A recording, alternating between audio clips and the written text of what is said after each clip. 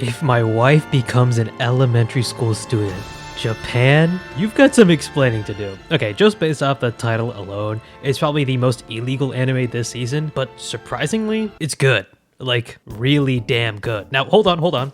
I know you're hesitant and you're maybe a little weirded out based on the title of the show alone, but don't judge a book by its cover and let me cook, alright? The story follows Keisuke Nijima. He's just a chill, regular guy who is happily married to his wife Take, but one day he loses her. She passes away and his family is devastated. But then something strange happens. Take wakes up and is reincarnated as a child, but she still retains the memory that she had as an adult. And listen, I already know your reaction. You're either rightfully disgusted at this complex situation or you're weirdly into it, in which case please get off of my channel. And let me just say up front, no, this show doesn't do anything weird or, creepy with the age gap, unlike some other stuff I could talk about, Mushoku Tensei. Now, before all this reincarnation stuff happens, Nijima and his daughter Mai were in a pretty bad place. He's still grieving the loss of his wife, and he's closing himself off to everybody else, including his own daughter at times. And she's not in a particularly good place either, working a job that she hates and eating convenience store food every day. Clearly, Take was a big part to this family, and her loss is just leaving this gaping hole that can't be filled,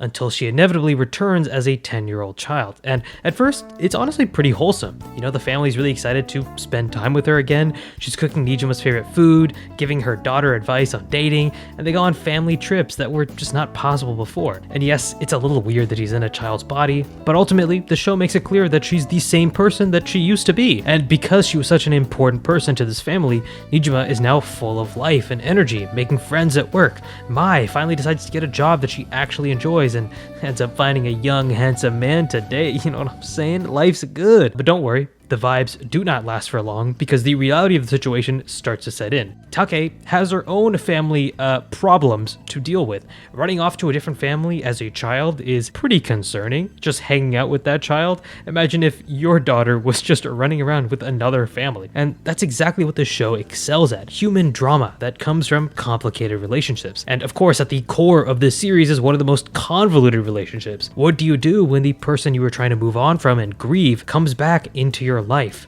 Do you reject them? Do you allow them back in? Clearly the dynamic has changed. She's not the person she used to be, so what do you do? But at the same time, all the characters do feel like they're regular people with their own realistic emotions and motivations. It doesn't feel unrealistically crazy with the drama, if that makes sense. We're not talking domestic girlfriend out here. And the change in attitudes in different characters feels realistic at the end of the day. The normally sweet and calm Mai can get jealous and angry after seeing her father getting close to a young coworker. I love the writing so far because there are clear reasons why the characters act the way they do, and it feels like everything is made to build up this drama and eventually have it resolved with emotional climaxes. And honestly, while watching it, it does feel like Take is the main character in the story. We get to see her perspective going to elementary school, which can be pretty funny. It's honestly a good blend of comedy, drama, and romance, but the main aspect that I find interesting is how they evolve under these strange circumstances. Now, while the music and voice acting is pretty good in this show, the animation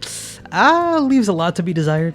I did find myself getting emotional at certain moments, but the animation was kind of mid at times, so I was just turned off. I don't know if shows like JJK, Demon Slayer, or literally any KyoAni show have just raised the bar for me in general, but I don't know, I just kind of felt like this was a show I would have on in the background. I wasn't super visually interested and engaged the entire way through. And don't get me wrong, I don't think you need the best, most beautiful animation to tell a good story. That's clearly not true. I think it's telling a good story with the limited, animation that it has, but there's more ways to increase, the interest that your show is holding through the animation. I'm talking like shot composition, dynamic movements, detailed drawings maybe if you can't do too many movements. The show doesn't really have too many of these moments, if any at all.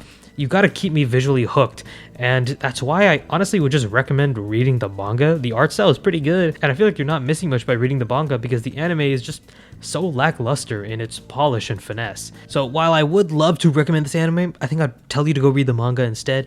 But yeah, I think this is a story that people are kind of sleeping on, or maybe thinking it's too weird to try and engage with. And sorry for the lack of videos. I will be posting more hopefully soon, and peace.